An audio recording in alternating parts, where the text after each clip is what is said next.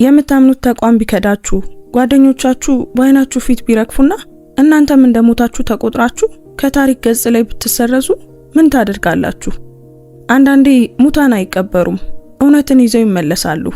ለ7 ዓመታት እንደ ሞተች ተቆጥራ የነበረችው ሳራ ብሌክ በአንድ ሆስፒታል ውስጥ በነርስነት ተደብቃ ስትሰራ የድሮ ክፍሉ አዛዥ በቆሰለ ሁኔታ እጇ ላይ ይወድቃል። የአንድ የቆሰለ አዛዥና የአንዲት ሚስጥራዊ ነርስ በአጋጣሚ መገናኘት የተቀበረውን 7 ዓመታት ያስቆጠረ የክህደት ታሪክ ዳግም እንዲያገረሽና የሀገርን ደህንነት የሚያናውጥ ትልቅ ሚስጥር ይፋ እንዲወጣ ምክንያት ይሆናል። ፍቅሯን፣ ማንነቷን፣ ሰላሟን መስዋዕት አድርጋ የተረፈችው ሳራ ብሌክ እውነትን ለማውጣት ስትል ለምን ህይወቷን አደጋ ላይ ጣለች? እውነት ነፃ ያወጣል ይባላል፣ ነገር ግን መጀመሪያ ዋጋ ያስከፍላል። ለመሆኑ ሳራ ብሌክ የከፈለችው ዋጋ ይገባታል? በክህደትና በሴራ የታጀበው ይህ ታሪክ አንዲት ሴት በጨለማ ውስጥ የለኮሰችው ብርሃን እንዴት ዓለምን እንደቀየረ የሚያሳይ ነው። እስከ መጨረሻው ተከታተሉት። ሰላም ውድ ቤተሰቦቻችን እንደምን አላችሁ? እስኪ ታሪኩን ከመጀመራችን በፊት ከየትኛው የዓለም ክፍል ሆናችሁ እየተከታተላችሁት እንደሆነ ኮሜንት ላይ ጻፉልን። የሁላችሁንም ማወቅ እንፈልጋለን።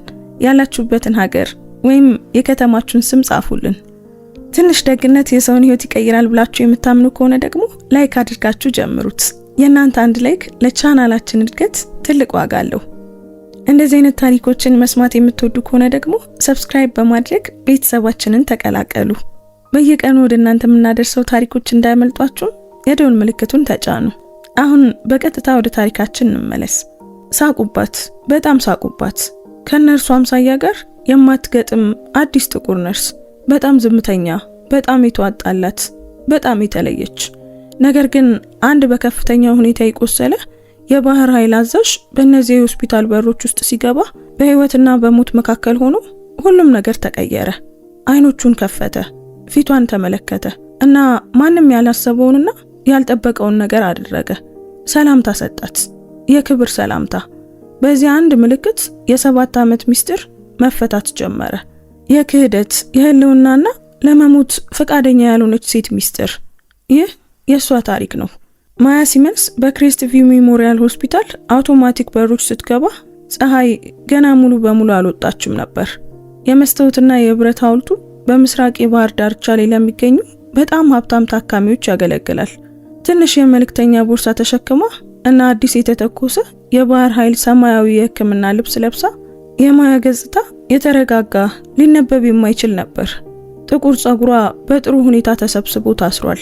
ሳሎኑ በማለዳ እንቅስቃሴ ይንቀጠቀጥ ነበር። ዶክተሮች በአላማ ይንቀሳቀሳሉ። ነርሶች በስራ ቦታዎች ተሰብስበዋል። ሁሉም የራሱን ቦታ የሚያውቅ ይመስላል። ማያ አንዲት የ50 ዓመት ሴት ቁጭ ብላ በምትታይብበት የእንግዳ መቀበያ ዴክስ አጠገብ ቀረበች። የስም ሰሌዳው እንዲህ ይላል፣ ሳራ ሚለር፣ የሰው ኃይል። ደህና አደራችሁ አለች ማያ። ለመጀመሪያ ቀን ስራዬ ሪፖርት እያደረግኩ ነው። ማያ ሲመንስ ከአደጋ መከላከል ክፍል። ሳራ ጣቶቿ ሳይቆሙ ላፍታ ቀና ብላ አየቻት። አዲሷ ተቀጣሪ። ከመሳቢያ ውስጥ መታወቂያ ወጣች። ስልጠና በ10 ደቂቃ ውስጥ ይጀምራል፣ በ3ኛው ፎቅ የስብሰባ አዳራሽ፣ እንዳትዘገይ። ማያ መታወቂያውን ከላዩ ላይ አቆራኘችው። የሳራ አይኖች ወደ ስክሪኑ ተመለሱ። የግል ማህደርሽ ቀጭን ነው፣ ብዙ የሥራ ታሪክ የለሽም። ጉዞ ላይ ነበርኩ፣ ማያ በቀላሉ መለሰች። አሁን ግን ወደ ቤት ተመልሻለሁ። የሳራ ድምጽ አንድም ቃሏን እንዳላመነች ያሳብቃል። ወደ ክሬስት ቪው እንኳን ደህና መጣሽ። እዚህ ከፍተኛ ደረጃ አለን። ማያ የሆስፒታሉን ክብር የሚያወድሱ ነገሮችን እያየች ወደ ሊፍቱ አመራች። ለአደጋ ሕክምና የተሰጡ ሽልማቶች፣ የቀዶ ጥገና ሐኪሞች ከጄኔራሎች ጋር እጅ ለእጅ ሲጨባበጡ የሚያሳዩ ፎቶግራፎች። ይህ ቦታ እንደ ዋንጫ ክብርን ይሰበስባል። ማያ ስትደርስ የስብሰባ አዳራሹ ግማሹ ሞልቶ ነበር። ከኋላ መቀመጫን መረጠች። የቀዶ ጥገና ልብስ የለበሰ ሰው ታብሌትና የቡና ስኒ ይዞ ገባ። የብር ቀለም ጸጉር፣ ስለታም ሰማያዊ አይኖች እና በክፍል ውስጥ ካሉ ሰዎች ሁሉ የበለጠ አዋቂ እንደሆነ የለመደው ሰው የሚተማመን አቋም። ዶክተር ጁሊያን ሪድ፣ የአደጋ ቀዶ ጥገና ክፍል ኃላፊ። ደህና አደራችሁ አለ ሪድ። ይህንን ክፍል የምመራው እኔ ነኝ። የኔ ቃል የመጨረሻ ቃል ነው። ጥያቄዎች በትክክለኛ መስመር ይመጣሉ። እርግጠኛ ካልሆናችሁ ማንንም ከመንካታችሁ በፊት ከፍተኛ ነርስ ጠይቁ። ታብሌቱን በመንካት የጊዜ ሰሌዳን አሳየ። 3 የሚመጡ አደጋዎች፣ 2 ቀዶ ጥገናዎች እና ሊሆኑ የሚችሉ በጣም አስፈላጊ ሰዎች። ሁሉም ሰው ንቁ ይሁን። ኤልኖር ቫንስ ሽበት ያላት ከፍተኛ ነርስ እጇን አወጣች። ዶክተር ሪድ የወታደራዊ ትራንስፖርት እየጠበቅን ነው። ያ ሚስጥራዊ ነው ኤልኖር፣ በደንብ ታውቂያለሽ። ድምፁ ዝቅ ያለ ነበር።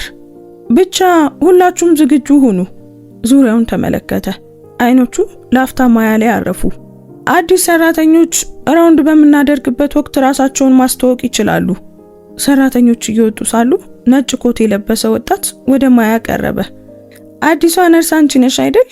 ኢታን ብሩክስ፣ የመጀመሪያ ዓመት ነዋሪ ዶክተር። ደግ አይኖችና የማይመች ፈገግታ ነበረው። ማያ ሲመንስ፣ ወደ ክሬስትቪው እንኳን በደህና መጣሽ ማያ። አንዴ ከከባዱ ስራ ጋር ከተላመድሽ ቦታው ጥሩ ነው። አመሰግናለሁ አለች ማያ። የት ነው የተማርከው? የተለያዩ ቦታዎች እዘዋወር ነበር። የወታደራዊ ዳር አለሽ እንዴ? ኢታን ጠየቀ። እንደዛ ያለ ነገር። የበለጠ ከመጠየቁ በፊት ኤልኖር መጣች። ፈገግታዋ ቀዝቃዛ ነበር። ዶክተር ኢታን፣ ሪድ በምርመራ ክፍል 3 ይፈልግሃል። አንቺ ደግሞ አለች ለማያ፣ ከኔ ጋር ነይ። እየተራመዱ ሳሉ ኤልኖር የአቅርቦት ክፍሎችንና ጣቢያዎችን አሳየቻት። ማብራሪያዎቿ ውጤታማ ግን ሩቅ ነበሩ። እኛ ጥብቅ ቁጥጥር ያለበት ስራ እንሰራለን ስትል ኤልኖር አስጠነቀቀች። ዶክተር ሪድ ስህተቶችን አይታገስም፣ እኔም አልታገስም። መመሪያዎችን በትክክል ትከታያለሽ። የራስሽን ፈጠራ አታምጪ። ተረድቻለሁ ማያ መለሰች። 2 ነርሶች ገበታዎችን በሚመግቡበት ጣቢያ ላይ ቆመች። ይህች ማያ ሲመንስ ናት ስትል ኤልኖር አስተዋወቀች። አንዲት ቀይ ጸጉር ያላት እና ስለታም አይን ያላት ነርስ ማያን ከላይ እስከታች አየቻት እና እርስ በርሳቸው ተያይተው ሳቁ። ኮታውን ለመምላት ይፈልጉ ይመስለኛል። ለዛ ነው ሌላ ጥቁር ነርስ ያመጡት። በድጋሚ ተሳሳቁ። ማያ ገጽቷን ምንም ሳትቀይር አቆየች። ከዚህ በፊት እንዲህ ያሉ ነገሮችን ሰምታለች። ኤልኖር ለማያ ታብሌት ሰጠቻት። ከስርዓቱ ጋር ተላመጂ። ዛሬ እኔን ትከታያለሽ። ረፋዱ በፍጥነት አለፈ። ማያ ኤልኖርን ተከተለች። ትክክለኛነቷን ተመለከተች። ነገር ግን ማያ ሌሎች ያመለጧቸውን ዝርዝሮች አስተዋለች። ያልተስተካከለ የደም ግፊት መለኪያ እና ከተሻሻለው መመሪያ ጋር የማይዛመድ የመድኃኒት ጋሪ። በጸጥታ ወቅት ማያ ድምፅ ወደሚያሰማ የአይቪ ፓምፕ ቀረበች። ሜኑን አውጥታ አስተካከለችው። ከዛ ድምፁ ቆመ። ኤልኖር በጎን በኩል ታየች። ምን እያደረግሽ ነው? ፓምፑ የሴንሰር ስህተት ነበረው፣ አስተካክየዋለሁ። እንድታደርጊ ጠይቄሻለሁ? አይ በቃ የተሰጠሽን ስራ ብቻ ስሪ። ለዚህ ሌሎች ባለሙያዎች አሉን። በምሳ ሰዓት ላይ የአዲሷ ነርስ ተግሳጽ ወሬ ተሰራጭቶ ነበር። በረፍት ክፍል ውስጥ ማያ ብቻዋን ተቀመጠች። ዶክተር ሪድ ገባ። ማያ ችላ አለችው። ነገር ግን በነዋሪ ዶክተሮች ተከበበ። ሚስጥራዊ ትራንስፖርት እየጠበቅን መሆኑ እውነት ነው? አንዱ ጠየቀ። ሚስጥራዊ ከሆነ ማወቅ አያስፈልግም ማለት ነው። ሪድ ጮኸ። ትኩረታችሁ በታካሚዎቻችሁ ላይ ይሁን። ማያ በትኩረት አዳመጠች። ሚስጥራዊ ወታደራዊ ትራንስፖርት ማለት የዚህ ሆስፒታል ውል ከሲቪል እንክብካቤ በላይ መሆኑን ያሳያል። በዚያ ከሰዓት በኋላ የአደጋ ጥሪ መጣ። የግንባታ አደጋ። ክፍሉ ወደ ቁጥጥር ስር ያለ ትርምስ ተቀየረ። ማያ ክንዱ ለተሰበረ ታካሚ ተመደበች። ነገር ግን በአቅራቢያ ያለ ታካሚ በድንገት ተዝለፈለፈ። የማንቂያ ድምጾች ጮሁ። ሪድ ለመሳሪያዎቹ ጮኸ። ማያ ወዲያውኑ ችግሩን አየች። ማዕከላዊ መስመር። ወደ አካባቢው ቲሹ እየፈሰሰ ነበር። አዲስ መስመር ያስፈልጓል አለች በቁርጠኝነት። እየሰራንበት ነው፣ አንድ ነባር ዶክተር ጮኸ። ማያ ታካሚው ለሞት ሰከንዶች እንደቀሩ ታየች። ወደፊት ተራመደች። የነባሩን ቦታ ወሰደችና ካቴተሩን በረጋ እጆቿ አስተካከለች። ከዚያም ታካሚው ተረጋጋ። ሪድ አፍጥጦ አያት። ይህንን እንድታደርጊ ማን ነገረሽ? አንቺ ነርስ ነሽ እንጂ የቀዶ ጥገና ሐኪም አይደለሽም። ልቡ ሊቆም ነበር አለች ማያ። አሁን ግን ተረጋግቷል። የሪድ መንጋጋ ተወጠረ። ከዚህ ክፍል አስወጧት፣ ለዛሬ ስራዋን ጨርሳለች። ኤልኖር ወደ ውጭ መራቻት። ቆይ ምን እያሰብሽ ነበር? እየሞተ ነበር። ማያ የበለጠ መከራከር አልቻለችም። ሌሎች ነርሶች በሹክሹክታ ሲያወሩ እሷ የወረቀት ስራ ለመጨረስ ወደ ጣቢያው ተመለሰች። ይታይሻል? አንዷ አጉረመረመች። ሁልጊዜም ከማንም በላይ የሚያውቁ ይመስላችኋል። የፈረቃ ለውጥ አካባቢ ማያ በምዕራብ መግቢያ ላይ ታክቲካል ደህንነትን አስተዋለች። ኢታን ብሩክስ በቀጥታ ወደ እሷ ቀረበ። ዛሬ ያደረግሽው ነገር በጣም አስገራሚ ነበር። ያንን ነገር 1000 ጊዜ እንዳደረገው ሰው ነው የተንቀሳቀሽው። ቆይ የት ነው የሰለጠንሽው? ማያ አይኖቹን አየች። ዶክተር ኢታን፣ አንዳንድ ስህተቶች ከፈቃድ በላይ ዋጋ ያስከፍላሉ። የኢንተርኮሙ ድምፅ አስተጋባ። ሁሉም የአደጋ ጊዜ ሰራተኞች ወደ ጣቢያ 1። ቅድሚያ የሚሰጠው ትራንስፖርት ለመድረስ 3 ደቂቃ። ሆስፒታሉ ወደ ምሽግ ተቀየረ። ሪድ ልብሱን ለበሰ። የወታደራዊ ትራንስፖርት። ከፍተኛ ቅድሚያ። ፎቶ የለም፣ ጥያቄ የለም፣ ስህተትም የለም። ግልጽ ነው። ሁሉም አንገታቸውን ነቀነቁ። በሮች በኃይል ተከፈቱ። የመጀመሪያ እርዳታ ሰራተኞች በደም የተጨማለቀና በሜዳ ላይ ፋሻ የታሰረለትን ሰው በፍጥነት ይዘው ገቡ። ወታደራዊ ሰራተኞች አልጋውን አጅበውት ነበር። መሳሪያቸው ይታያል። ጥቁር ልብስ የለበሰች ሴት ተከተለች። ሚስጥራዊ ኦፕሬሽን ሲል አንድ ሰራተኛ አስረዳ። በርካታ ጥይቶች፣ የብረት ስብርባሪዎች፣ የውስጥ ደም መፍሰስ፣ በጣም አሳሳቢ። ሪድ ኃላፊነቱን ወሰደ። ለኤክስሬና ለደም አቅርቦት አዘዘ። ማያ ታካሚውን ለማዘዋወር ረዳች። በሱ ላይ ጎንበስ ስትል ትንፋሿ ተቋረጠ። ታውቀዋለች። አዛዥ ሮበርት ቶርን ከዓመታት በፊት መኖር በሌለበት ቦታ አይታው ነበር። እጆቿ ለአፍታ ተንቀጠቀጡ። ወዲያውኑ አረጋጋቻቸው። ኤልኖር ግን ሁሉንም አስተዋለች። ደህና ነሽ ማያ አለቻት። ደህና ነኝ አለች። ነገር ግን በዊልቸር ይዘውት ሲሄዱ በድንጋጤ ቆማ ቀረች። የቀበረቻቸው ትዝታዎቿ መጥለቅለቅ ጀመሩ።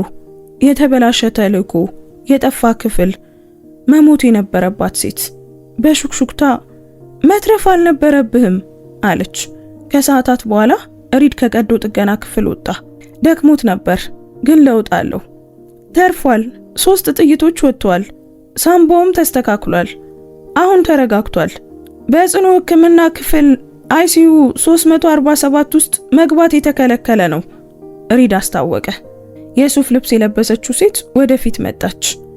እኔ ራቼል ቫንስ ነኝ፣ የመከላከያ ሚኒስቴር ተወካይ። አዛዥ ቶርን በፌዴራል ጥበቃ ስር ነው።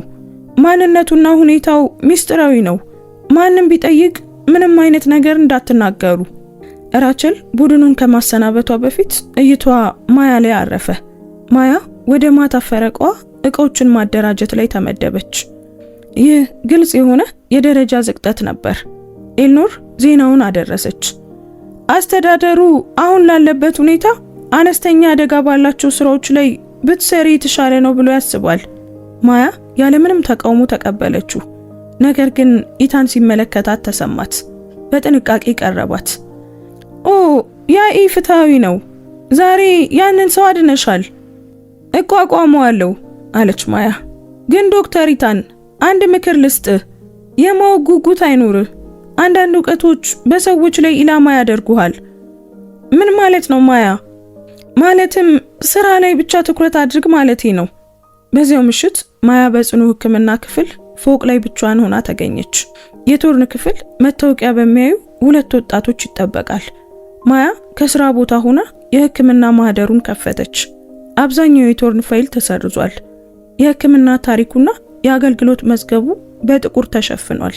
የሆነ ያልተስተካከለ ነገር ተሰማት። የመድኃኒቱ መጠን ከመደበኛው ማገገሚያ ጋር አይገጥምም እና በዲጂታል መዝገቦቹ ላይ ክፍተቶች ነበሩ። አንድ ሰው መዝገቦቹን እያቀያየረ ነበር። እኩለ ሌሊት አካባቢ በድጋሜ በቶርን ክፍል አጠገብ አለፈች። አንዱ ጠባቂ በስልኩ ላይ ነበር፣ ሌላኛው እያዛጋ ነበር። ወደፊት ቀረበች። የህይወት ምልክቶቹን በእጄ ማረጋገጥ አለብኝ። መደበኛ መመሪያ ነው። በዝርዝር ውስጥ የለሽም። አንዱ ጠባቂ ተቃወመ። እኔ የፈረቃ ሰራተኛ ነኝ። ስራዬን ለመስራት ዝርዝር አያስፈልገኝም። አስገቧት። ክፍሉ ጨለምለም ያለ ነበር። ሞኒተሮቹ በተከታታይ ይጮሃሉ። ማያ የአይቪ መስመሮችንና ከፋሻው በላይ የሚታዩትን ቁስሎች አረጋገጠች። እነዚህ የውጊያ ጉዳቶች አልነበሩም። አቅጣጫዎቹ የተቀናጀ አድብቶ ጥቃት እንደነበር ያሳያሉ። ጣቶቿ ከማወቋ የተነሳ ተንቀጠቀጡ። ይህንን ስራ ከዚህ በፊት መኖር በሌለባቸው ሰዎች ላይ አይተዋለች። በድንገት የቶርን አተነፋፈስ ተቀየረ። አይኖቹ ተከፈቱ። እሷ ላይ ሲያርፉም ስለታመኑ። ድምፁ የጎረነነ ሹክሹክታ ነበር። ሳራ አለ። የማያ ደም ቀዘቀዘ። ያ ከእንግዲህ ስሙ አልነበረም። ተሳስተሃል አለች በቀስታ። እረፍት ያስፈልግሃል። እጁ ወደ እሷ ተንቀሳቀሰ። ሳራ በህይወት አለሽ። ስሜ ማያ ሲመንስ ነው። እኔ ነርስ ነኝ። ወደ ራሱን መሳት ተመለሰ። ማያ ልቧ እየመታ ከክፍሉ ወጣች። የቀበረችውን ስም ያውቋል። እሱ ካስታወሰ ደግሞ ሌሎችም ያስታውሳሉ። በሚቀጥሉት 2 ቀናት የሆስፒታሉ የህዝብ ግንኙነት ክፍል ጀግናው ሲል በማዳን ስም ትርፍ ለማግኘት ተዘጋጀ። ነገር ግን ማያ እውነታውን አየች። የክትትል መጨመርና ወደ ሆስፒታሉ ስርዓት ያልተፈቀደ መግቢያ። ኢታን ብሮክስም አስተዋለ። ማያ የወረቀት ህትመቶችን ይዞ ባዶ የረፍት ክፍል ውስጥ አገኛት። የቶርን መዝገቦች ከኔትወርክ ውጪ 47 ጊዜ ተገብቶባቸዋል። መቆፈርን አቁም ማያ አስጠነቀቀች። አንድ ሰው መዝገቦችን እያቀያየረ ከሆነ ይህ ጥሰት ነው። ዶክተር ኢታን መጠበቅ ያለብህ ሙያ አለ። ከዚህ ራቅ። ካልፈለኩስ ማያ ጠናችሁ። ያኔ ጥያቄዎችን እንዴት እንደምትጠይቅ ብልህ መሆን አለብህ። የማያ ፔጀር ጮኸ። አስቸኳይ ማስጠንቀቂያ፣ ቶርን እየነቃ ነው። ስትደርስ ክፍሉ በሪድ ራቸልና ኤልኖር ተሞልቶ አገኘችው። የቶርን አይኖች በንቃት ክፍሉን እየቃኙ ነበር። አዛዥ አለ ሪድ፣ ክረስትቪው ውስጥ ነህ እና ደህንነትህ የተጠበቀ ነው። የቶርን አይኖች ማያ ላይ አረፉ። የልብ ትርታ መለኪያው ጨመረ። እሱን ለመያዝ እጆች ሲንቀሳቀሱ እሱ ዶክተሮቹን ችላ አላቸው። በከፍተኛ ጥረት ቀኝ እጁን አነሳና ሰላምታ ሰጣት። ክፍሉ በዝምታ ተዋጠ። ሪድ በጭንቀት ሳቀ። አዛዥ ተሳስተሃል። ይህች ማያ ሲመንስ ናት፣ ነርስ ናት። የቶርን እጅ ግን አልወረደም። ድምፁ ደካማ ግን ግልጽ ነበር። ሪፖርት ለማድረግ ፈቃድ ጠይቃለሁ መቤት። ቃላቶቹ እንደ ቦምብ ተንጠለጠሉ። ሁሉም አይኖች ወደ ማያ ዞሩ። ፊቷ ምንም አይነት ስሜት አያሳይም ነበር። ነገር ግን በውስጧ የማስጠንቀቂያ ደውሎች ይጮሁ ነበር። አዛዥ እረፍት ያስፈልግሃል አለች በቀስታ። ማን እንደሆንሽ አውቃለሁ አጥብቆ ተናገረ። ወኪል ራቼል ወደፊት መጣች። ሁሉም ይውጣ አሁኑኑ። ሰራተኞቹ ወጡ። ነገር ግን የቶርን ድምፅ ማያን አስቆማት። ሌተናንት ኮማንደር በይፋዊ ስነ ስርዓት ተናገረ። መግለጫ መስጠት አለብኝ። ራቸል የማያን እጅ ያዘችው። በእውነቱ አንቺ ማን ነሽ? እኔ ነርስ ነኝ አለች ማያ በረጋ መንፈስ። አንድ የባህር ኃይል አዛዥ ለአንዲት ነርስ ሰላምታ አይሰጥም። እሱ አይምሮ ተዘበራርቆበታል። መድኃኒቶቹ ግራ መጋባትን ያመጣሉ። የራቸል እጅ አያያዝ ጠነከረ። እውነቱን አገኘዋለሁ። እየዋሸሽ ከሆነ ግን እዚህ ውስጥ ባልገባው ብለሽ ትመኛለሽ። ቶርን ከበስተጀርባዋ በንዴት ድምፁን ከፍ ሲያደርግ ማያ እጇን አስለቀቀች። እየተንቀጠቀጡ ያሉ እጆቿን በቀዝቃዛው ኮንክሪት ላይ በመጫን ወደ ደረጃው መውጫ ፈገፈገች። አንድ ሰው ለመሞት እምቢ በማለቱ የገነባችው ነገር በሙሉ እየፈራረሰ ነበር። ኢታን ከ20 ደቂቃ በኋላ አገኛት። ያ ምን ነበር? ነግሬሃለሁ አለች ማያ። ዕውቀት በሰዎች ላይ ኢላማ ያደርግሃል። ሌተናንት ኮማንደር ብሎ እኮ ነው የጠራሽ። ማያ እሱ ንቁ ነበር። አይኖቹን በደንብ አይቻለሁ። ቆይ አንቺ ማነሽ? ኢታን ይበልጥ ቀረበ። አየችው። እውነቱን ለማወቅ የሚያስችል የደህንነት ፈቃድ የለህም። ደህንነቱ የተጠበቀ መልስ ለሌላቸው ጥያቄዎች ኢታንን ብቻውን ትተው በደረጃው ወርዳ ተሰወረች። በማለዳው የአደጋ ሕክምና ክፍሉ እንደ ግፊት ማብሰያ ሆኖ ነበር። ዶክተር ሪድ ሰላምታውን እንደ ቅዠት በመቁጠር ውድቅ አደረገው። ነገር ግን አየሩ አሁንም በግምት ተሞልቶ ነበር። ማያ ወደ ሪድ ቢሮ ተጠራች። በዚህም ወኪል ራቼል በመስኮቷ አጠገብ ቆማለች። ኤልኖር ባልተደሰተ ስሜት ተቀምጣለች። ቁጭ በይ ወይዘሮ ሲመንስ ሪድ አዘዘ። ራቸል ጥያቄ አልነበረም ብላ እስክትጮህ ድረስ ማያ ቆማ ቀረች። ሪድ ወደፊት ጎንበስ አለ። ክብር ያለው መኮንን ሰላምታ ሰጥቶሻል፣ ስትወጪም ይረበሻል። ለዚህ ደግሞ ማብራሪያ ፈልጋለሁ። ከከባድ ቀዶ ጥገና በማገገም ላይ ነው አለች ማያ በተረጋጋ ድምጽ። በዚህ ጊዜ ግራ መጋባት የተለመደ ነው። ያ እውቅና መስጠት ነበር። ራቼል ጣልቃ ገብታ ተናገረች።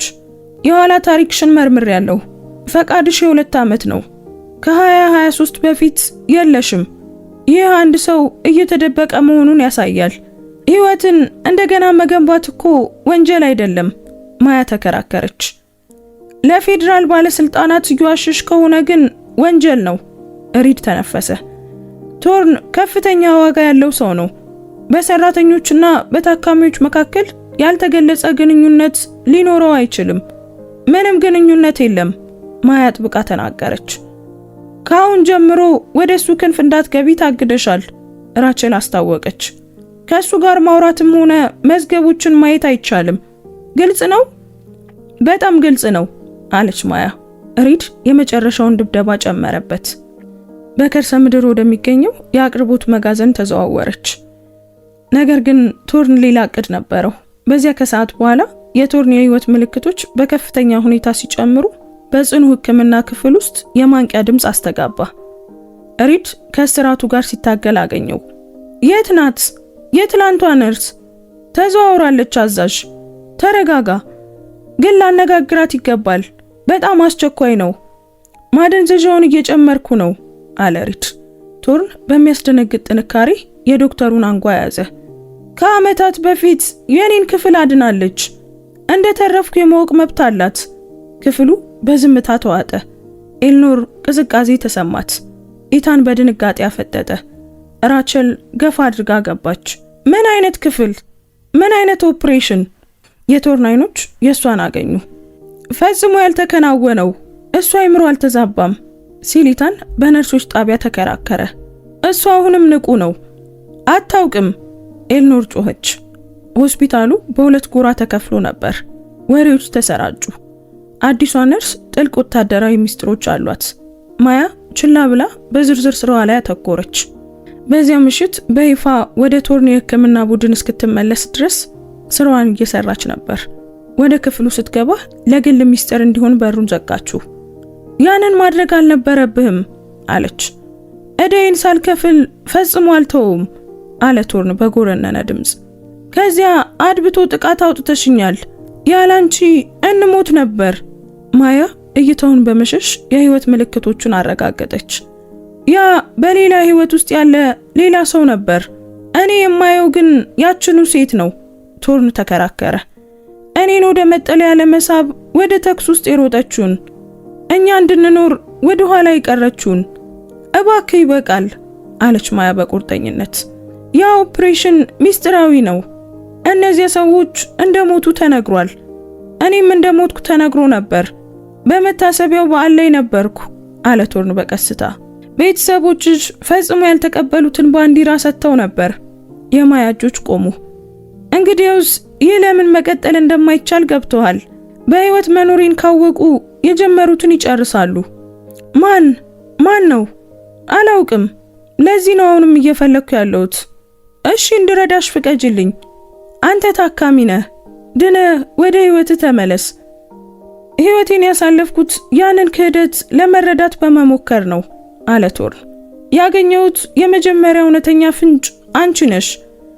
እኔ ተቀብሬ ለመቅረት የምሞክር መንፈስ ነኝ ማያ መለሰች። አይደለሽም። ኢታን ብሩክስ ታብሌቱን ይዞ በጭንቀት ገባ። ማያ መረጃዎቹን መዝግባ ሰጠችው።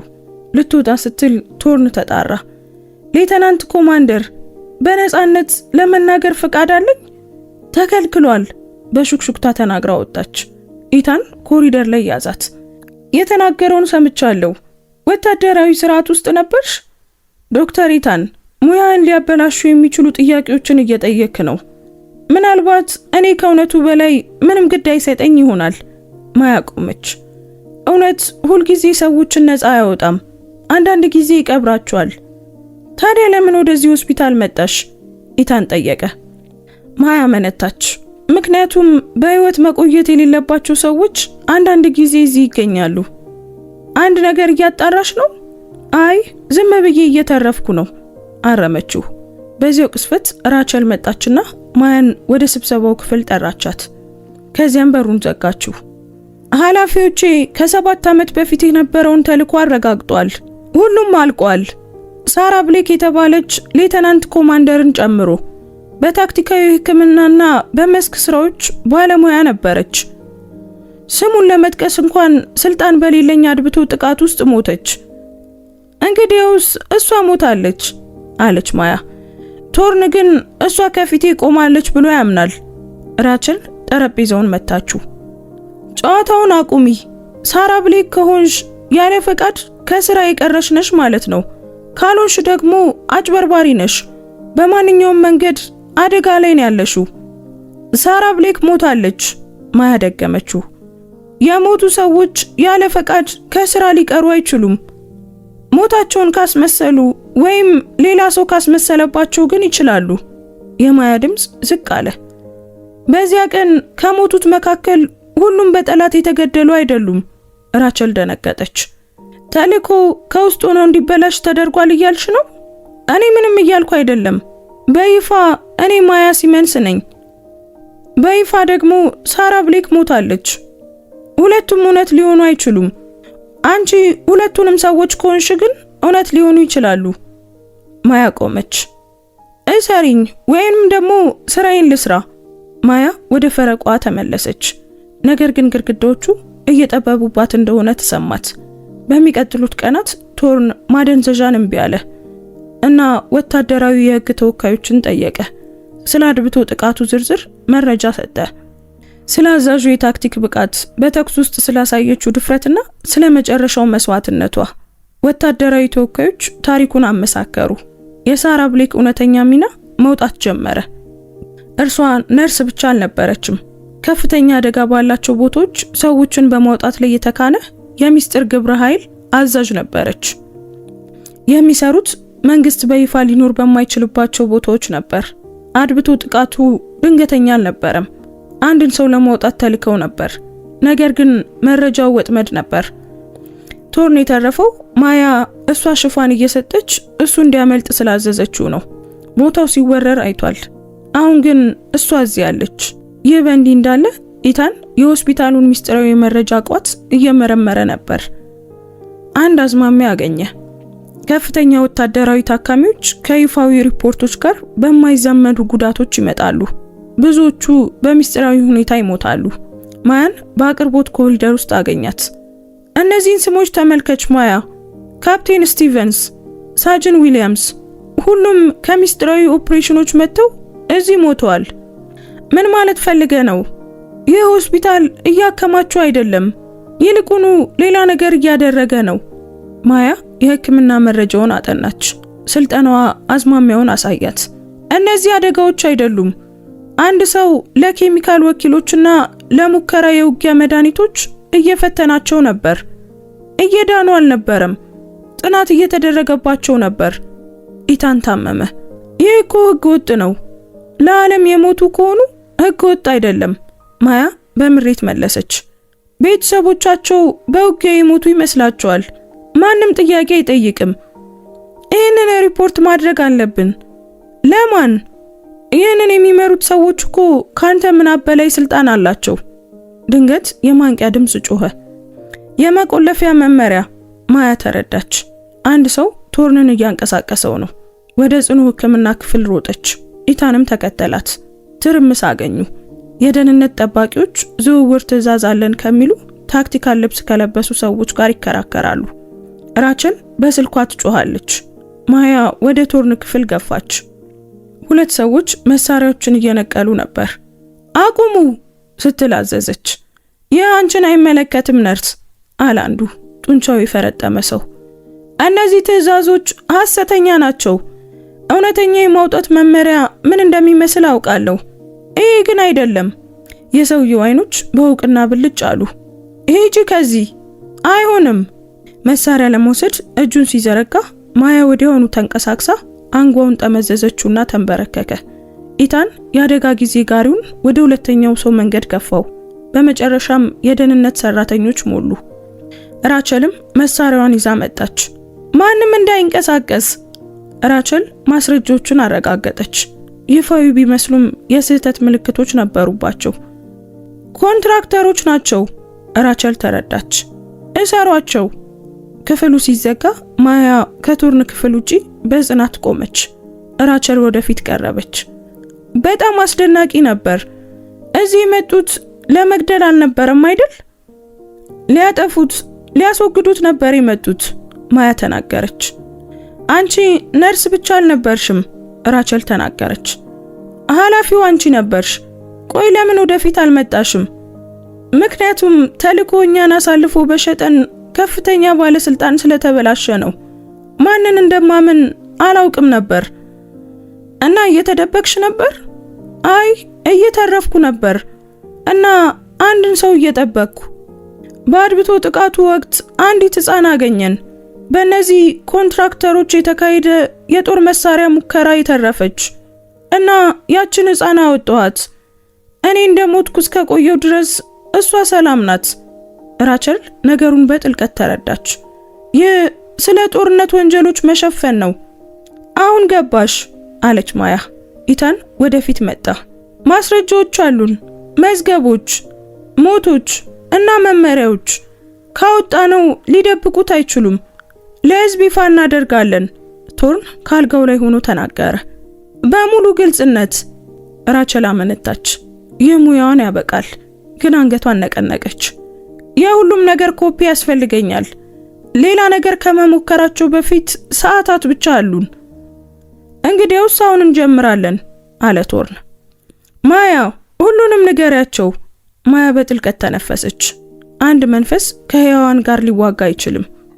እውነተኛ ስሜ ሳራ ብሌክ ነው። ሌተናንት ኮማንደር ነበርኩ።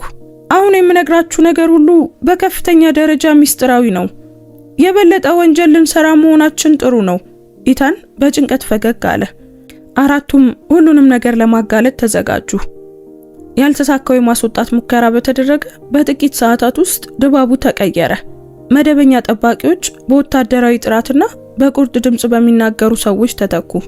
ጥቁር ሱፍ የለበሱ 3 ሰዎች በዋና ዋና መገናኛዎች ላይ የክትትል ቀጠናን ሲመሰርቱ ማያ ተመለከተች። ይህ ጥበቃ አልነበረም፣ ከፍተኛ ቁጥጥር ነበር። ኢታን በአንድ የዕቃ ማከማቻ ክፍል ውስጥ ፋይሎችን በከፍተኛ ፍጥነት ሲያገላብጥ አገኘችው። ችግር አለ ስትል በሹክሹክታ ተናገረች። ምን አይነት ችግር? ሞኒተሮቹን ተመልከት። ኢታን በታብሌቱ ላይ የክትትል ካሜራዎቹን አወጣ። አዳዲስ ጠባቂዎች እያንዳንዱን መውጫ ደረጃና የመኪና ማቆሚያውን ጭምር ተቆጣጥረውታል። እያጠሩብን ነው። ኢታን ድምፁ በፍርሃት እየተንቀጠቀጠ ተናገረ። ማንም ሰው ከማስረጃ ጋር እንዳይወጣ እያረጋገጡ ነው። ምን ያህል መረጃ አደራጅተዋል? 60% ያህሉን። ሌላ 2 ሰዓት ያስፈልገኛል። ምናልባት 2 ደቂቃ እንኳን ላይኖረን ይችላል። በጽኑ ሕክምና ክፍል ውስጥ አዛዥ ቶርን የራሱ የሆኑ ስብስብ ነገሮች ገጥመውታል። ወታደራዊ እዝ ወደ ሌላ ደህንነቱ የተጠበቀ ተቋም እንዲዘዋወር ቢጠይቅም እሱ ግን እምቢ አለ። አንዴ ክሬስት ቪውን ለቆ ከወጣ ሚስጥራዊ በሆነ መንገድ ጉድጓድ ውስጥ እንደሚጠፋ ያውቅ ነበር። ወኪል ራቸል በአልጋው አጠገብ ተቀመጠች። እንደምትዘዋወር እንድፈቅድ ግፊት እያደረጉብኝ ነው።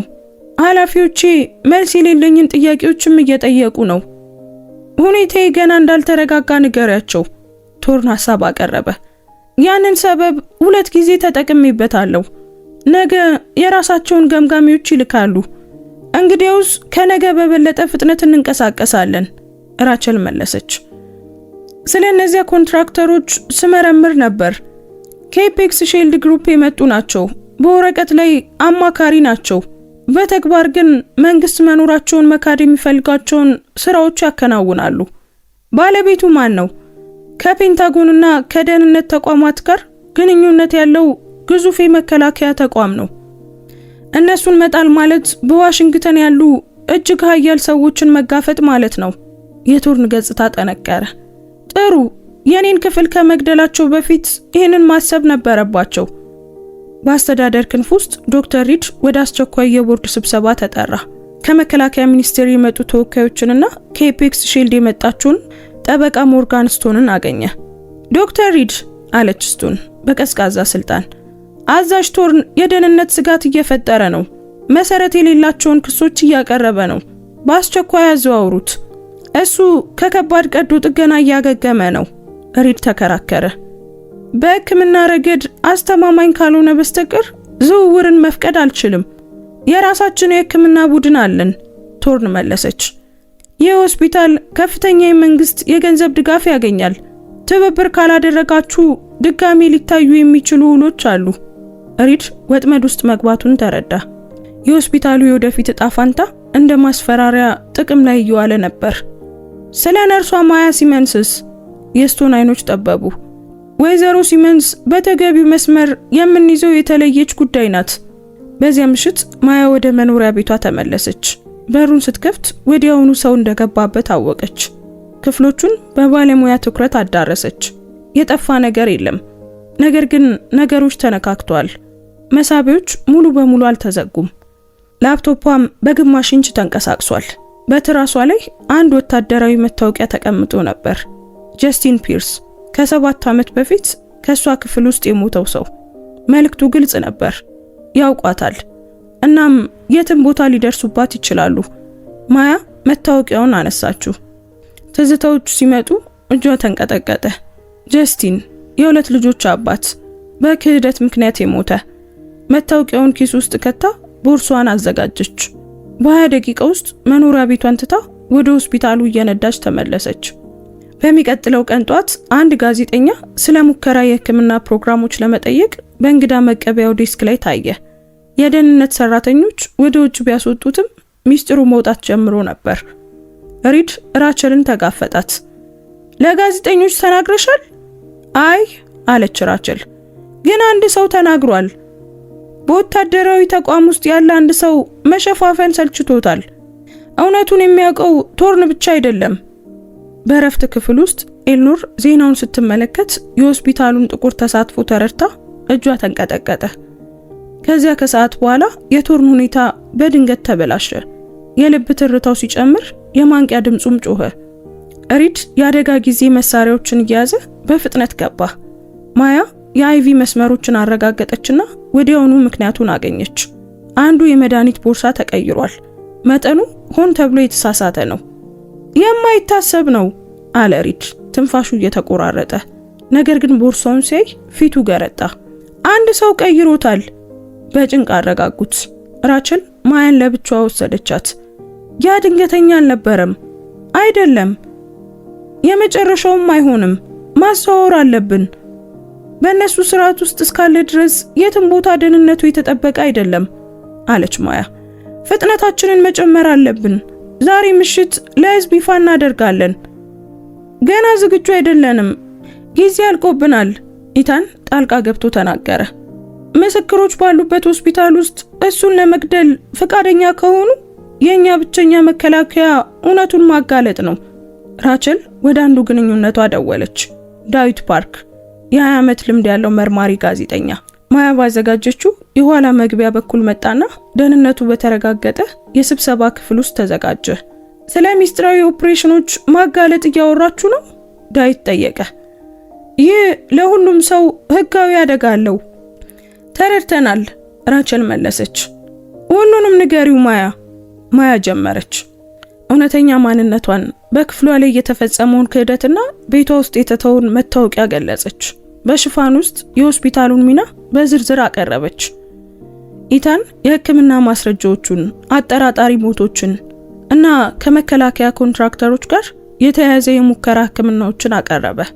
ራቸል የተቋማቱን ስሞችና የቶርንን የማስወጣት ትዕዛዞች ከመንግስት ውስጥ እንደመጡ የሚያሳዩ ማስረጃዎችን ሰጠች። ዳዊት ሁሉንም ነገር መዘገበ። ውስጠ ስሜቱ ይህ የህይወት ታሪክ እንደሆነ ነገረው። ቶርንን በካሜራ ፊት እፈልገዋለሁ። እሱ ዋናው ቁልፍ ነው። ገና በማገገም ላይ ነው ማያ ተናገረች። እናገራለሁ። የቶርን ድምጽ ከመግቢያው በኩል መጣ። በአንድ የአይቪ ምሰሶ ላይ ተደግፎ ቆሞ ነበር።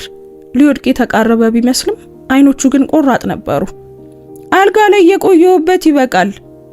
አዛዥ ቶርን፣ የአሜሪካ ባህር ኃይል ሲልስ፣ ብሎ ለሪከርድ ጀመረ። ሚስጥራዊ ኦፕሬሽኑን እና ያገኙትን አስከፊ እውነት ገለጸ።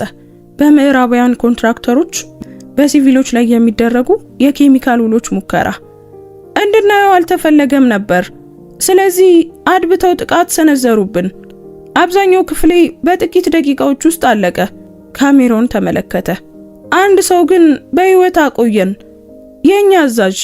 እኛ ስናመልጥ እሷ መስመሩን ጠብቃ ቆመች።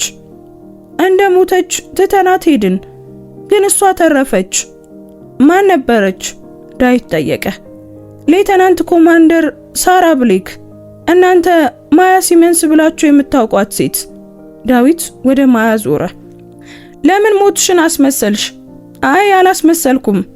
እንደዛ እንደሆን በሚፈልጉ ሰዎች እንደ ሞትኩ ተነገረ። ክህደቱን ለመረዳት ተሰወርኩ። አድብቶ ጥቃቱ እኛን ለመግደል ብቻ አልነበረም፣ ያየናቸው የጦር ወንጀሎችን ለመቅበር ጭምር ነበር። ለ7 ዓመታት ስትጠብቃት የነበረችውን የተረፈች ሕፃን ጠቀሰች። በመቀጠል ኢታን የሆስፒታሉን መዝገቦች አቀረበ። ክሬስትቪው የቆሰሉ ወታደሮችን ላልተፈቀዱ ሂደቶች እንደ ላብራቶሪ አይጥ እንዴት ይጠቀምባቸው እንደነበር አሳየ። ማንም ካወቀ ይህ ሕገ ወጥ ነው፣ ኢታን ገለጸ።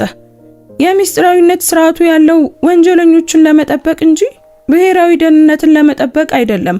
ራቸልም አክላ ሙያዬን በስርዓቱ በማመን አሳልፌያለሁ። ይህ ጉዳይ ምን ያህል ስርዓቱ በቀላሉ እንደሚበላሽ ያሳያል አለች። አሁን ምን ይሆናል? ዳዊት ጠየቀ። እውነቱ ይወጣል፣ ራቸል መለሰች። እና በሚቀጥሉት ጥቂት ሰዓታት ውስጥ ከተረፍን ተጠያቂዎቹ ለሕግ ይቀርባሉ። ዳዊት ስርጭቱን ሲያዘጋጅ ሞርጋን ስቶን በሚስጥር ስልኮችን ትደውል ነበር። ታሪኩ ሊወጣ ነው፣ ሁሉንም ነገር ይዘዋል። የምላሽ ቡድኑን አንቀሳቅሱ፣ የተሳባ ድምፅ አዘዘ። ምስክሮችን ያዙ፣ ማስረጃዎችን አስመልሱ። ትርምስ ቢፈጠርም ተቀባይነት አለው፣ መጋለጥ ግን የለበትም። ሆስፒታል ሲመለሱ ማያ የሆነ ለውጥ ተሰማት። የደህንነት ሁኔታዎች እየተቀየሩ ነበር። ከማዕበል በፊት ያለ ጸጥታ። እየመጡ ነው አለች ለራቸል። ስርጭቱ በ90 ደቂቃ ውስጥ ከመለቀቁ በፊት ሊያስቆሙን ይገባል። ቶርን ራሱን አነሳ። መዋጋት እችላለሁ። እባክህ መራመድ እንኳን አትችልም እኮ ማያ ተናገረች። ግን እዚህ እንቆያለን፣ እናም በሮቹን እንቆልፋለን። ኢታን በጣም ደንግጦ ነበር። ካለፉስ? ያኔ እኔ ይዟለሁ፣ ማያ በቀላሉ ተናገረች። ኤልኖር ቫንስ በመግቢያው ላይ ታየች። አልሄድም፣ ይህ የኔ ሆስፒታል ነው፣ የኔ ኃላፊነት ነው። ማያ በአዲስ ክብር ተመለከተቻት። ክፍሉን ዘጉት። ራቸል በሩን ያዘች። ማያ መስኮቶቹን አረጋገጠች። ኢታን የመረጃ መላክ ሂደቱን ይከታተል ነበር። 60 ደቂቃ ግንኙነቶች ተቋረጡ። 45 ደቂቃ የኮሪደር መብራቶች ወደ ቀይ የአደጋ ጊዜ ብርሃን ተቀየሩ። 30 ደቂቃ በኮሪደር ውስጥ የታክቲካል ጫማ ድምጾች ተሰሙ። 20 ደቂቃ የበሩ እጀታ ተሞከረ። 15 ደቂቃ ከውጭ ያለ ረጋ ያለ ድምጽ ተሰማ። ወይዘሮ ሲመንስ ይህንን ቀለል አድርጊው፣ በሩን ክፈቺ እና ሌሎቹ ይሄዳሉ። ማያዝም አለች። 10 ደቂቃ ኃይል ለመጠቀም ተፈቅዷል። ራቸል የፌዴራል ስልጣኗን ጮኸች። ድምጹ ግን ስልጣንሽ ተሽሯል ሲል መለሰላት። 5 ደቂቃ በሩ በከባድ ድብደባ ተናወጠ። 1 ደቂቃ በሩ ተሰባበረ። ታክቲካል ልብስ የለበሱ የታጠቁ ሰዎች ሲገቡ በመላ ሀገሪቱ ያሉ የቴሌቪዥን ስክሪኖች በዳዊት ፓርክ ፊት በሩ። ዛሬ ምሽት ስለ ሕገወጥ የሕክምና ሙከራና በከፍተኛ የመንግስት ደረጃ ስለተደረገ መሸፋፈን ምርመራ ይዘንላችሁ ቀርበናል ተለቀቀ። ጥቁር ልብስ የለበሱ 6 ሰዎች ክፍሉን በጥራት ተቆጣጠሩት። መሪው መሳሪያውን ማያ ላይ አነጣጠረ። ገመገመቻቸው። 6 ተኳሾች፣ 1 መውጫ የሚጠብቁ ሲቪሎች። ግን እሷ ብልጫ ነበራት። ዘግይታችኋል አለች። ታሪኩ አሁን ወጥቷል። ይሄ አንቺ ጉዳይ አይደለም መሪው መለሰ። ራቸል መታወቂያዋን አሳየች፣ ግን ችላሏት። ያዟቸው። ማያ ዝግጁ ሆነች። 2ቱን ምናልባትም 3ቱን ልትጥል ትችላለች፣ ግን ያለምንም ጉዳት 6ቱን አትችልም። ከዚያ የሆስፒታሉ የድምጽ ማጉያ ስርዓት ድምጽ አወጣ። የሕክምና ማስጠንቀቂያ አልነበረም። የዳዊት ድምጽ ነበር። በደህንነት ክፍል ውስጥ ያለ አንድ ሰው የዜና ስርጭቱን ከህንጻው ድምጽ ጋር አገናኝቶት ነበር። መላው ሆስፒታል እውነቱን እየሰማ ነበር። መሪው የጆሮ ማዳመጫውን ነካ። አሁን ተልዕኮ ተቀይሯል። ምስክሮቻቸው በእያንዳንዱ ፎቅ ላይ እየተሰሙ ሰዎችን ማጥፋት አይቻልም ነበር። እግር ተቀይሯል ሲል ለቡድኑ አዘዘ። ያዟቸውና ተከተሏቸው። መሳሪያቸውን አወረዱ። ነገሩ ቆሟል። ለጊዜው በህይወት አሉ። በመላ አገሪቱ ባሉ ስክሪኖች ላይ ሪፖርቱ ቀጠለ። እናም ዓለም መመልከት ጀመረ። በስክሪኖቹ ላይ የኢታን ብሩክስ የህክምና መዝገቦች ታዩ። አጠራጣሪ የውጊያ ሰንጠረዦች፣ በውጊያ እንደተገደሉ ተነግሮ ነገር ግን በእውነቱ ክሬስት ቪው ሆስፒታል ውስጥ የሞቱ ታካሚዎች ፎቶግራፎች ቀረቡ። በመቀጠል የአዛዥ ቶርን የቆሰለ ቢሆንም ቆራጥነቱ የሚታይበት ፊት ስክሪኑን ሞላው። ህገወጥ የጦር መሳሪያ ሙከራን ለመሸፈን ተከርተናል። የኔ ቡድን የሞተው የጦር ወንጀሎችን ስለመሰከሩ ነው። ካሜራው ወደ ማያ ዞረ። ስሜ ሳራ ብሌክ ነው አለች። ከ7 ዓመት በፊት እንደሞትኩ ተነግሮ ነበር። ነገር ግን እውነቱ እንዳይሞት ስለፈለግኩ ተረፍኩ። በመኖሪያ ቤቶች፣ በመጠጥ ቤቶች፣ በቢሮዎች ውስጥ አሜሪካውያን ስራቸውን አቁመው ተመለከቱ። የባህር ኃይል ሲል አዛዥ ሴራውን አጋልጧል እና የፌዴራል ወኪል በራሷ ሰዎች ላይ ቆማለች። ታሪኩ ሊቆም የማይችልበት ደረጃ ላይ ደረሰ። በስብሰባ ክፍል ውስጥ የነበሩት ታክቲካል ሰራተኞች እንኳን ተደንቀው ይመለከቱ ነበር። የስርጭቱ ምስል የኤፔክስ ሺልድ ግሩፕ ዋና መስሪያ ቤትንና ኩባንያውን ከቢሊዮን ዶላር ውሎች ጋር ያለውን ግንኙነት የሚያሳዩ ሰነዶችን አሳየ። በመቀጠል እጅግ አደገኛው ማስረጃ ቀረበ። የኬሚካል ጦር መሳሪያ ሙከራ የሚያሳይ ደብዛዛ ቪዲዮ፣ ሲቪሎች ሲሰደዱ፣ ህፃናት ሲሞቱ እና የምዕራባውያን ኮንትራክተር አርማ በግልጽ ይታይ ነበር። ሞርጋን ስቶን ከቢሮዋ ሆና በድንጋጤ ተመለከተች። ወደ ሚስጥራዊ ቁጥር ደወለች። አልቋል። ይህንን ልናድበሰብሰው አንችልም። ድምፁ ለተወሰነ ጊዜ ዝም ካለ በኋላ መለሰ። ጉዳቱን ለመቀነስ ሞክሩ። ድርጊቱን በጥቂት ግለሰቦች ላይ አሳቡ። የማይጠቅሙትን ሰዎች መስዋዕት እናደርጋለን። ምስክሮቹስ? አሁን ብሔራዊ ጀግኖች ናቸው። እነሱን መንካት ማለት ራስን እንደማጥፋት ነው። ማዕበሉ እስኪያልፍ እንጠብቃለን። ተቋማዊ ህልውናን ለማስቀጠል የሚደረገው ጥረት ተጀመረ። ምንም ነገርን አለማመን፣ ሁሉንም መካድ። ነገር ግን ማስረጃው በጣም ጠንካራ፣ የህዝብም ትኩረት ከፍተኛ ነበር። ስርጭቱ ሲያበቃ የዳዊት ፓርክ ድምጽ በአየሩ ላይ አስተጋባ። እነዚህ 5 ሰዎች ቶርን፣ ሳራ ብሌክ፣ ኢታን፣ ራቸል እና ኤልኖር ጀግኖች ናቸው። ዛሬ ምሽት እውነቱ ነፃ ወጥቷል። በዝምታ በተዋጠው የስብሰባ ክፍል ውስጥ መሪው ሰው መሳሪያውን አወረደ። ትዕዛዙ እንድንወጣ ነው። አሁን በዓለም ፊት እየታያችሁ ነው። ማያን በአክብሮት ተመለከታት። ጥሩ ተጫውተሻል። ቡድኑ ወደ ውጭ ወጣ። የጫማቸው ድምጽ በኮሪደር ውስጥ አስተጋባ። ራቸል በረጅሙ ተነፈሰች። ተሳክቷል። ለጊዜው አዎ፣ ማያ አስጠነቀቀች። ኢታን ወንበሩ ላይ ዝልፍልፍ ብሎ ተቀመጠ። አበቃ። አይ አላበቃም፣ ቶርን በጽኑ ድምጽ ተናገረ። ማጋለጡ ቀላል የሆነው ክፍል ነበር። ቀጥሎ የሚመጣው በጣም ከባድ ነው። በአንድ ሰዓት ውስጥ ሆስፒታሉ በዜና መኪናዎችና በፌዴራል መርማሪዎች ተከበበ። ዶክተር ሪድ ከቦርድ አባላት ጋር ተጋፈጠ። ሁሉንም ዝርዝር ባያውቅም እያየ እንዳላየ አልፏል። ማያን ኮሪደሩ ላይ ያገኛት። ይቅርታ ጠይቅሻለሁ፣ ታካሚዎችን፣ ሰራተኞችን እና ራሴንም በድያለሁ። ስራዬን እለቃለሁ። ስራ መልቀቅ ማለት ተጠያቂነት አይደለም፣ ማያ መለሰች። መስክር፣ ለመርማሪዎች ሁሉንም የምታውቀውን ነገር ተናገር። አዎ አደርገዋለሁ፣ ሪድ ቃል ገባ። ኤልኖር ቫንስ ቀረበች። ፊቷ በሐዘን ተሰብሯል። ማወቅ ነበረብኝ። አይ በስራቱ አምነሽ ነበር፣ ማያ በቀስታ ተናገረች። አሁን ያንን ዕውቀት ተጠቀሚበት። የሚቀጥለው ትውልድ ጥያቄ እንዲጠይቅ አሰልጥኝ። ኢታን ለፌዴራል ማርሻል የሚሰጡ መረጃዎችን ይዞ ወጣ። የወደፊት እጣው ባይታወቅም አንዱ ጠበቃ እንዳለው ህይወትን የሚያድኑ ሚስጥር አውጪዎችን ክስ አንመሰርትባቸውም። ማያ ወደ ጋዜጠኞቹ ወጣች። ወደ ካሜራዎች ዞረች። የኔ ቡድን የሞተው ምንም ተሳትፎ የሌለባቸውን ወንጀሎች የሚያሳዩ ማስረጃዎችን ሲጠብቅ ነው። እኔ የተረፍኩት እነሱ እንዲታወሱ ለማድረግ ነው። ተቋማት ውጤታማ የሚሆኑት ተጠያቂነትን በሚጠይቁ ሰዎች ልክ ነው አከለች። አትመኑ፣ ይልቁኑ አረጋግጡ። ለይፋዊ ቃለ መጠይቅ ከወኪል ራቼል ጋር ወደ ተሽከርካሪ ገባች። የቶርን መኪና ሲንቀሳቀስ ወደ ማያ የመጨረሻውን የክብር ሰላምታ ሰጠ። እሷም መለሰችለት። የማይታለፍ መከራን ያለፉ ሁለት ወታደሮች። ከ3 ወራት በኋላ ምርመራው ከፍተኛ የኤፔክስ ሺልድ ስራ አስፈጻሚዎችን ጨምሮ 17 ሰዎች ላይ ክስ እንዲመሰረት አደረገ። ወታደራዊ ተቋሙ አጠራጣሪ የሞት ጉዳዮችን እንደገና ከፈተ። ይህም ለደርዘን ቤተሰቦች እረፍትን ሰጠ። ማያ በአርሊንግተን በሚገኝ ደህንነቱ የተጠበቀ አፓርታማ ውስጥ ሆና የኮንግረስ ችሎቶችን ትከታተላለች። ስልኳ ጮኸ። ኢታን ነበር። እያየሽ ነው? ሴናተር ፊሊፕስ እያደቀቃቸው ነው። አዎ እያየው ነው፣ ማያ መለሰች።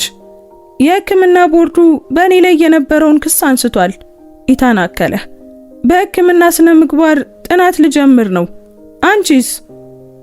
የነርስነት ፈቃዴን እያቆየው ነው፣ ማያ መለሰች።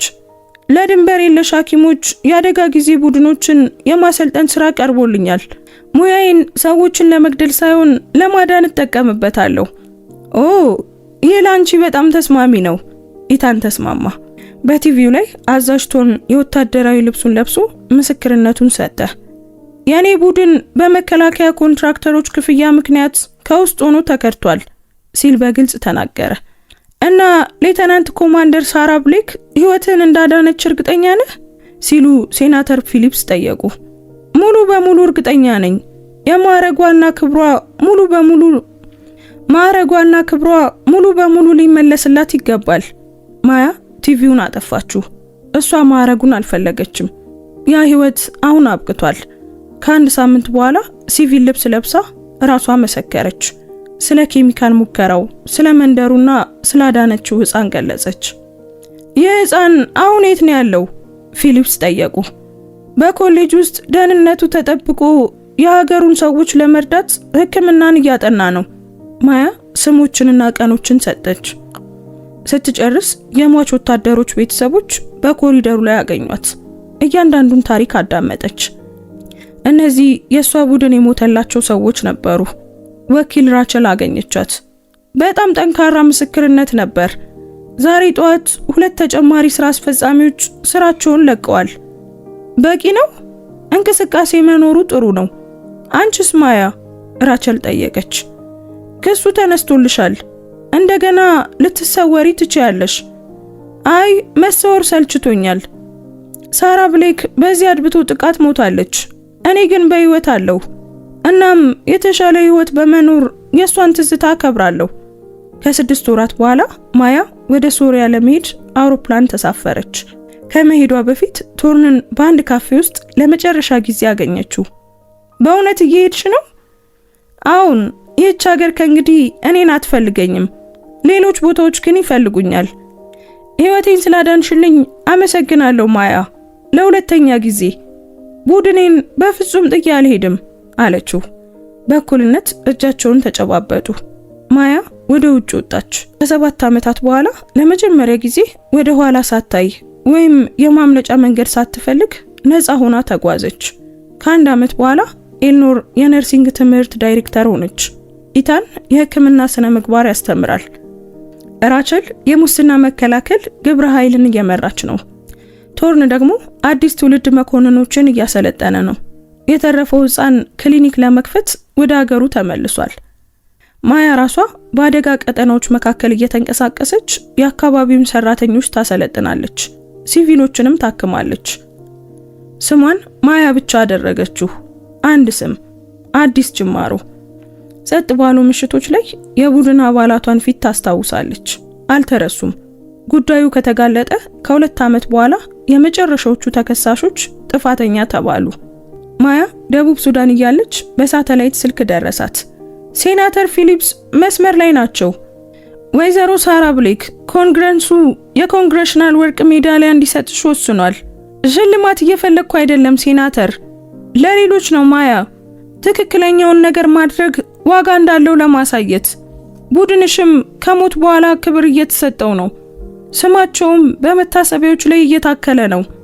ይህ ከሁሉም ነገር በላይ ትርጉም ነበረው። አመሰግናለሁ ሴናተር፣ ለሽልማቱ አንድ ቀን እመጣለሁ።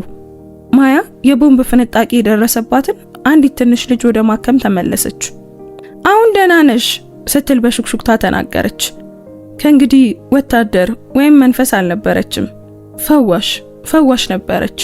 ከ5 ዓመት በኋላ በመጨረሻ ለሽልማት ስነ ስርዓቱ ወደ ዋሽንግተን ተመለሰች። ከዚያም የቡድኑ አባላት ቤተሰቦች ጋር ተገናኝታ ስለ ጠፏቸው ሰዎች ትዝታዎችን ተጋራች። ፈጽሞ አይረሱም ስትል ላዘነች እናት ቃል ገባች። በዚያ ምሽት 5ቱ ተራፊዎች በአንድ ጸጥ ያለ ምግብ ቤት ውስጥ ተሰባሰቡ። ላልታሰቡ ጀግኖች ሲል ቶርን ጽዋውን አነሳ። ለተጠያቂነት አለች ራቼል። ማያ በመጨረሻም ጽዋን አነሳች። ላልተመለሱት እና የተሻለ ህይወት በመኖር እነሱን ለማክበር። በዋሽንግተን ጎዳናዎች ላይ ስትራመድ ማያ የህይወት ዓላማ እንዳላትና እንደማትፈራ ተሰማት። ሁለተኛ እድል ተሰጥቷት ነበር፣ እናም በጥሩ ሁኔታ ተጠቅማበታለች። በማግስቱ ሌላ አውሮፕላን ተሳፍራ ወደ ስራ መስክ ተመለሰች። ከእንግዲህ መንፈስ አልነበረችም። ዓለምን ደረጃ በደረጃ የተሻለ ለማድረግ የምትጥር ሴት ናት። ውድ ቤተሰቦቻችን የዛሬው ታሪካችን ይህንን ይመስል ነበር። እስኪ ታሪኩን እንዴት አገኛችሁት? ምንስ ተማራችሁበት? ኮሜንት ላይ ሐሳብ አስተያየታችሁን አስቀምጡልን። እዚህ ድረስ ከሰማችሁትና ከጨረሳችሁትም ጨርሻለሁ ያላችሁ ጻፉልን። አንዲት የደግነት ተግባር የሰውን ህይወት ትቀይራለች ብላችሁ የምታምኑ ከሆነ ደግሞ ላይክ እና ሼር አድርጉት። እንደዚህ አይነት ታሪኮችን መስማት የምትወዱ ከሆነ አሁኑኑ ሰብስክራይብ በማድረግ ቤተሰባችንን ተቀላቀሉ። በየቀኑ ወደ እናንተ የምናደርሳቸው ታሪኮች እንዳያመልጧችሁ የደውል ምልክቱን ተጫኑ። እናመሰግናለን። እንወዳችኋለን። ቸር ቆዩን።